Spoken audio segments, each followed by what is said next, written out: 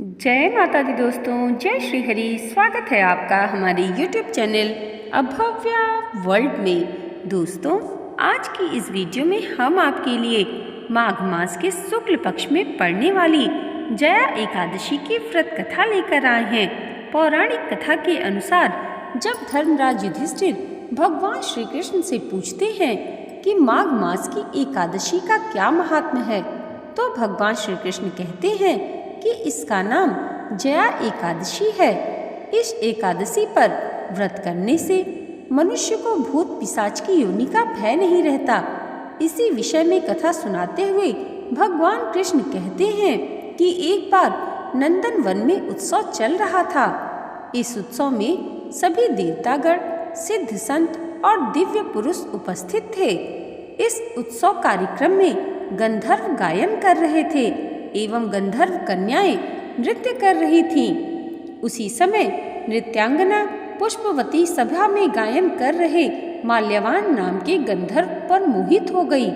अपने प्रबल आकर्षण के कारण वह सभा की मर्यादा को भूल गई और इस प्रकार नृत्य करने लगी कि माल्यवान उसकी ओर आकर्षित हो जाए। माल्यवान भी उसकी ओर आकर्षित हुए बिना न रह सका। परिणामवश वह अपनी सुध बुध खो बैठा और सुर ताल भूल गया, जिसके कारण वह गायन की मर्यादा से भटक गया। इन दोनों की इस अपकर्म से देवराज इंद्र को क्रोध आ गया।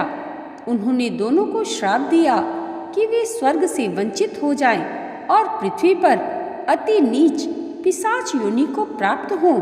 श्राप के प्रभाव से दोनों पिशाच बन गए और हिमालय पर्वत पर एक वृक्ष पर अत्यंत कष्ट भोगते हुए रहने लगे।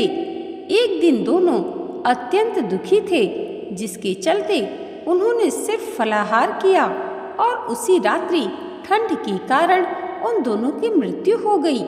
अनजाने में ही सही उन्होंने एकादशी का उपवास किया था। भगवान के नाम का जागरण भी हो चुका था। परिणाम स्वरूप प्रभु की कृपा से इनकी पिशाच योनि से मुक्ति हो गई और पुनः अपनी अत्यंत सुंदर अप्सरा और गंधर्व की देह धारण करके तथा सुंदर वस्त्रों तथा आभूषणों से अलंकृत होकर दोनों स्वर्गलोक को चले गए। देवराज इंद्र उन्हें स्वर्ग में देखकर आश्चर्यचकित हुए और पूछा कि वे श्राप से कैसे मुक्त हुए। तब उन्होंने बताया कि भगवान विष्णु की उन पर कृपा हुई। हमसे अनजाने में माघ शुक्ल एकादशी यानी जया एकादशी का उपवास हो गया, जिसके प्रताप से भगवान विष्णु ने हमें पिशाच योनि से मुक्त किया।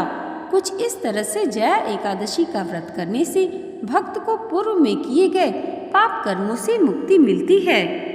दोस्तों, आज की ये वीडियो अगर आपको अच्छी लगी हो तो कमेंट बॉक्स में जय श्री हरि जरूर लिखिएगा और इसे लाइक और हमारे चैनल पर पहली बार आए हैं तो सब्सक्राइब करना मत भूलिएगा।